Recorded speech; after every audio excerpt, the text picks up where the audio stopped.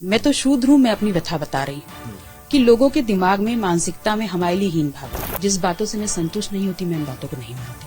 आप रामचरितमानस को नहीं मानते? मैं नहीं मानती। गलत यह है कि अगर शूद्र शब्द का प्रयोग हो रहा है तो शूद्र तो हम हैं, लेकिन उसके पीछे जो लोगों के दिमाग में हीन भावना छुपी हुई है, जिस दृष्टि से हमको देखा जाता है, वो गलत है। रामचरितमानस को लेकर लगातार चर्चाएं चल रही हैं। स्वामी प्रसाद मौर्य से लेकर तमाम समाजवादी पार्टी के नेताओं के बैक टू बैक बयान आ रहे हैं। समाजवादी पार्टी के विधायक पल्लवी पटेल इस वक्त मेरे साथ मौजूद हैं। पल्लवी जी, बहुत स्वागत है आपका। रामचरितमानस को आप देख रही हैं किस तरह से विवाद बढ़ता जा रहा है। अभी एनएसए भी लगा दी गई है जिन्होंने जलाई थी।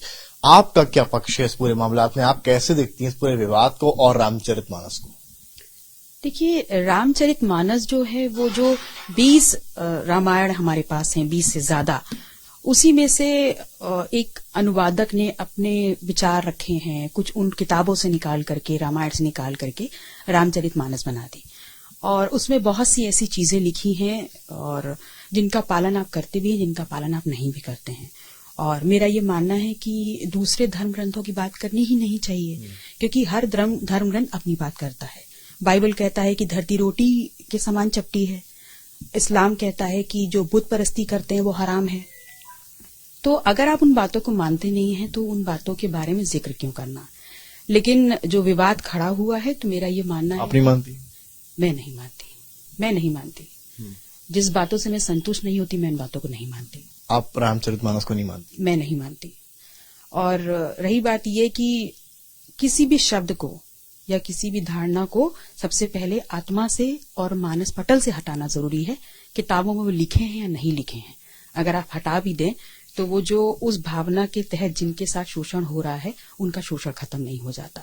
तो इम्पोर्टेंट ये है कि उस भावना को इतना बड़ा आंदोलन बनाया जाए और उस भावना को लोगों के दिमाग से निकालना जरूरी है। आपने कहा कि प्रदेश व्यापी इसको लेकर आप एक प्रोटेस्ट भी करेंगी, क्या है?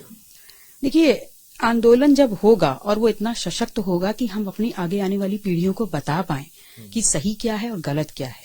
सिर्फ किसी शब्द से आपकी पूरी लाइफ डिसाइड नहीं होनी चाहिए। उसके पीछे भावना क्या है वो आपको समझना गलत क्या है?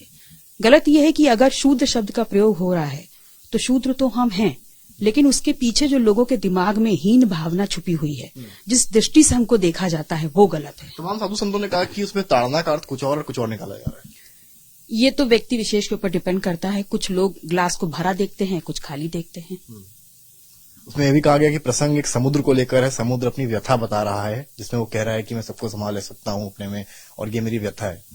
देखिए, व्यथा किसकी या नहीं है, मैं तो शूद्र हूँ, मैं अपनी व्यथा बता रही हूँ कि लोगों के दिमाग में, मानसिकता में हमारे लिए हीन भावना है। आपने कहा रामचरितमानस पर आपको यकीन नहीं है, क्या श्री राम में या कृष्ण में आपको यकीन है? मैं साकार ब्रह्म विश्वास रखती हूँ। मैं तथागत गौतम बुद्ध की देशनाओं में विश्वास रखती हूँ। स्वामी प्रसाद मौर्य ने कहा कि जो सो कॉल्ड भगवान थे, उनकी भी एक समय पर आकर मृत्यु हुई और प्रकृति अमर है, इसलिए मेरा भरोसा केवल प्रकृति पर है। पल्लवी पटेल का इस बात से इत्तेफाक रखती हैं? क्या वो भी प्रकृति पर भरोसा करती हैं, या उनके लिए भगवान राम, कृष्ण या कुछ? मैं भगवान तथागत गौतम बुद्ध पे विश्वास रखती हूँ। तो आपको मतलब रामचरितमानस पे आपको भरोसा नहीं है, रामायण पर आपको भरोसा, भगवत गीता पर भरोसा है? मैंने ऐसे कोई धर्म ग्रंथ पढ़े ही नहीं है, इसलिए उस पर आस्था और ना आस्था का विश्वास सवाल ही नहीं। आपकी पार्टी के तमाम नेता पवन पांडे, पनुज पांडे, वो खुद ही समर्थन में आए, फिर उन्होंने स्वामी मौर्य को आड़े हाथों लिया, और शायद अब आपको भी लेते नजर आए हो, क्योंकि आपके जो बयान इस तरह के आए हैं। कैसे आप देखती हैं कि पार्टी में कहीं ना कहीं अंदर से ही आपको नहीं लगता है कि मतभेद शुरू हो गया? देखिए, समाजवादी पार्टी की अपनी एक विचारधारा है और मैं उनके गठबंधन साथी अपना दल कमेरावादी की नेता हूँ। वो अपनी विचारधारा रख रहे हैं और हर मुद्दे पर मेरी पार्टी की भी अपनी विचारधारा है, तो वो मैं सबके सामने रखने का काम कर रही हूँ।